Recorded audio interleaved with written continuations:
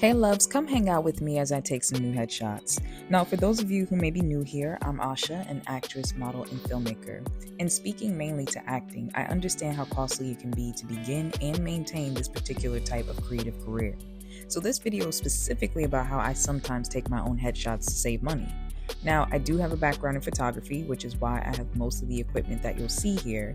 However, I want to show you how you can make things happen with what you have. So though I am working with a DSLR here, I hope that this is helpful for someone who also has one, but I do plan to also make a second video soon using a smartphone and other budget-friendly forms of backgrounds and lighting to achieve the same results.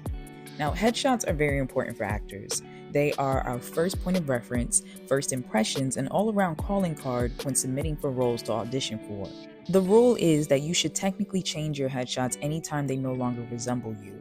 So for instance, if you cut or dye your hair, gain or lose a significant amount of weight, or as you gracefully phase out of certain age types. But it's also not uncommon to add or update new headshots if you want to be considered for certain roles that you haven't been called in for yet. Throughout this video, you'll see that I've been using a background stand with a cloth background hung up, which I personally prefer over paper, but honestly use whatever works. 2 lights, one placed behind me to differentiate me from the background, and one in front of me slightly to the side as my main light. Sometimes you'll see me holding a reflector to bounce light under my chin and my eyes while I photograph. And I love shadows, but if you want it less, you can always throw a third light source to your other side. A remote for my camera completes the setup. Now, everything mentioned above was purchased for the low on Amazon, and most actors will have these in some form for their home self-taping setup needs. Definitely feel free to look around and know that you don't have to break the bank in order to get good results. In regards to camera, I recently updated my camera from a Canon T5i to a Sony a7S III, but even before doing so, this was my preferred way of setting up my headshot scenes. Now, my current lens is a Tamron 28 to 75mm f2.8, but I've shot with the Canon EF 50mm f1.8 and kit lenses. I also started using the Arzopa portable monitor when I shoot, and I got that off a TikTok shop for like $50, and it's been really helpful when I'm actually taking pictures and want to see what I'm capturing live. Now with headshots, I pay particular attention to colors and styles.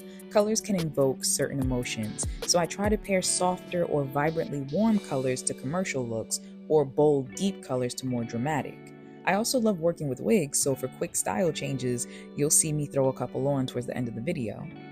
I do want to pause right here and just mention that in the past, I've worked with some amazing headshot photographers in the New York area, who all have incredibly different styles and who I highly recommend. You'll find them listed below. So there's never anything wrong with working with a trusted professional who can help bring out and deliver the best from you, especially if you're getting headshots taken for the first time. But for anyone else who may have questions about this process, feel free to reach out.